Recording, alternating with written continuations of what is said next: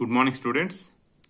In the last class, I have explained that there are many different types of joints in our body, and since you are studying only class 6th, you cannot learn all those joints. So we will learn some of the very important joints which you can easily feel from your body. They are ball and socket joint, pivotal joint, hinge joint, and fixed joints. Ball and socket joint, pivotal joint, hinge joint, they are present in your body, especially at the from neck onwards until your heel or ankle. Until your ankle they are going to be present, and where all they are going to be present we will discuss afterwards.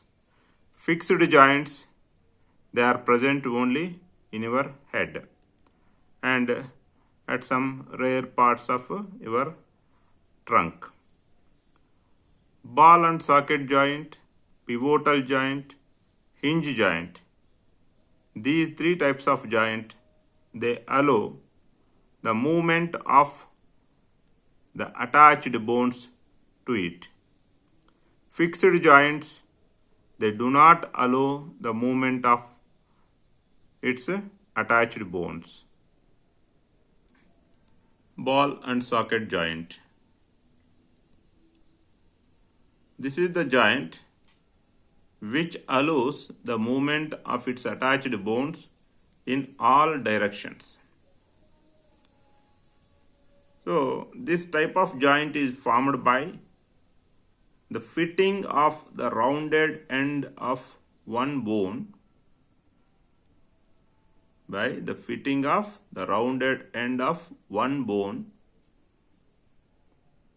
into the cavity or hollow space of the other bone.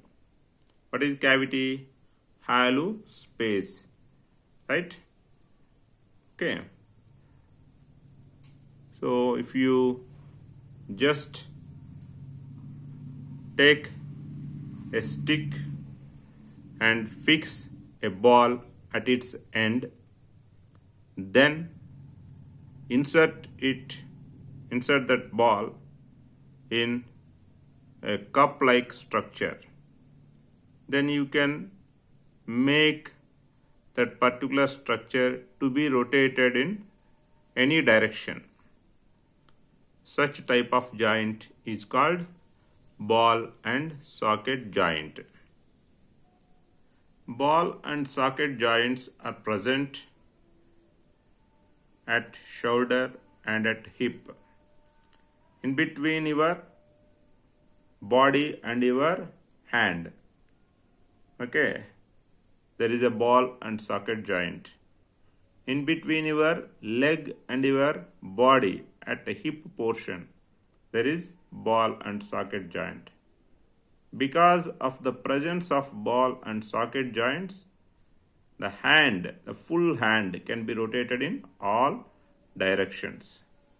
Because of the presence of the ball and socket joint, the entire leg from the hip can be rotated in circular direction. Next, pivotal joint. This is the joint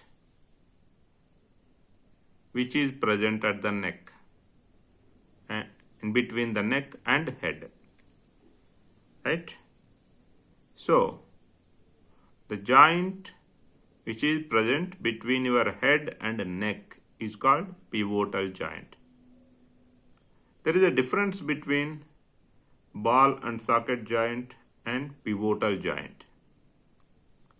Pivotal joint, it allows the movement from left to right hand and from right to left hand.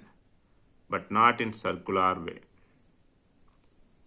Whereas the ball and socket joint allows the movement of the entire hand or entire leg, okay, in circular manner. Pivotal joint allows the movement of our head forward and backward and turning our head from left to right and from right to left. It is possible to rotate our hand, that is arm and leg, completely in a circular fashion at ball and socket joint. But it is not possible to rotate our head completely in a circular fashion using pivotal joint. Only from left to right and from right to left you can rotate your head, but not in a circular fashion. And you can bend your head forward and backward also using pivotal joint. Next, hinge joint. You all might be using the doors at your home. Door will be moving in only one direction. Okay, right? Not in circular direction. Because of the presence of hinge. Hinge means the joint that is fixed between the door and that support of that door. Wooden support will be given to the door, that support and the door. In between that there is a hinge attached to it. This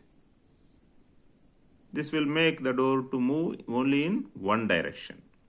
So in the same manner, hinge joint, it allows its attached bones to move only back and forth, front and back. Back and forth means front and back, not in circular mode.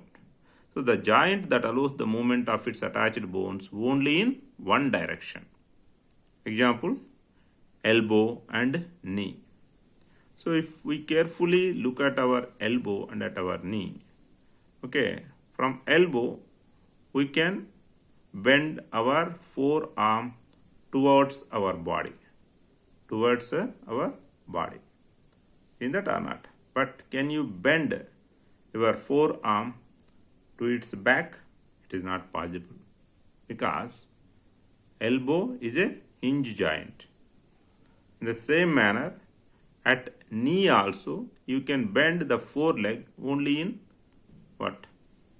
backward direction, not in front direction. Is that or not? Okay, so that is because of what? That is because of hinge joint present at knee. Okay, so hinge joint functions like hinge of a door. Next, fixed joints.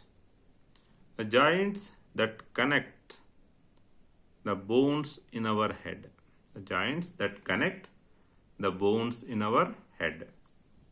The bones which are joined by fixed joints cannot move at these joints. So fixed joints can be referred as immovable joints. The joint between the upper jaw and the rest of the head, rest of the upper head, not lower part. The joint between the upper jaw and the rest of the upper part of the head, it is a fixed joint.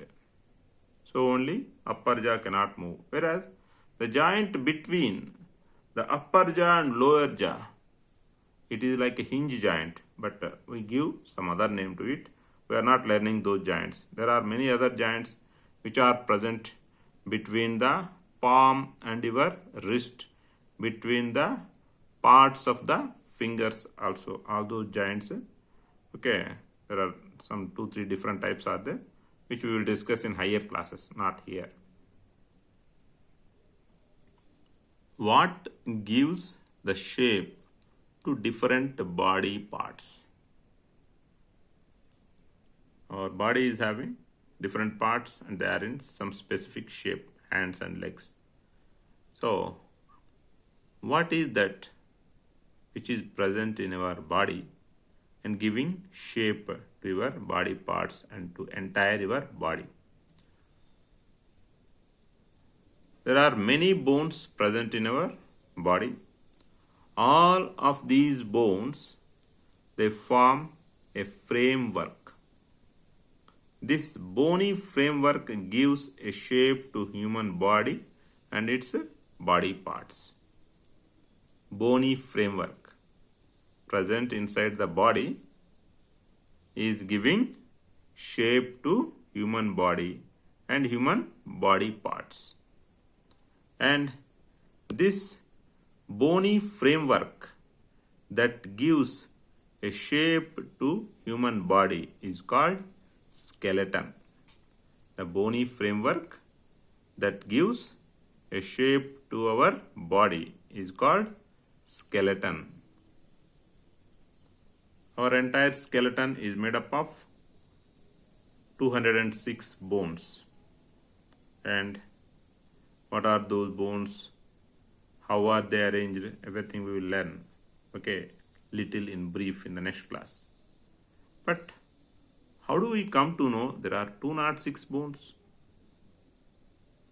How can we see if there is any deformity? Deformity means some abnormal structure is present in our bone, or whether the bone is broken.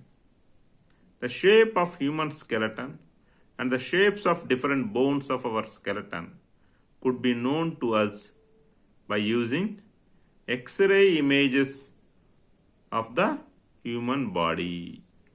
The shape of human skeleton and the shapes of different bones of human skeleton could be known to us by using X-ray images of the human body, right?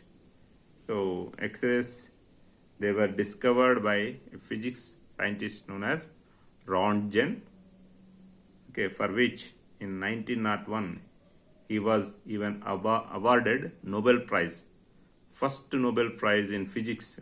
Nobel Prizes were they were started being given to different scientists from the year 1901. So in terms of physics, the first Nobel Prize in physics was given to a scientist, Röntgen.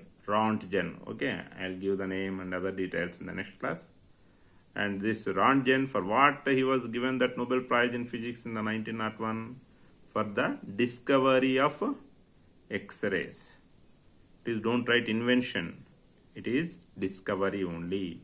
X-rays are there in the nature, but how they could be just exposed out from the nature, that particular process only he has discovered, right? For that he was given Nobel Prize. Why for the discovery of X-rays he was given Nobel Prize? If X-rays were not there, we would not have come to know how our bones are present inside our body. If there is any problem inside our body, okay, how to fix that problem, where the break has taken place in the bones, all such things would not be coming to our knowledge without the discovery of these X-rays. So X-rays have got such importance.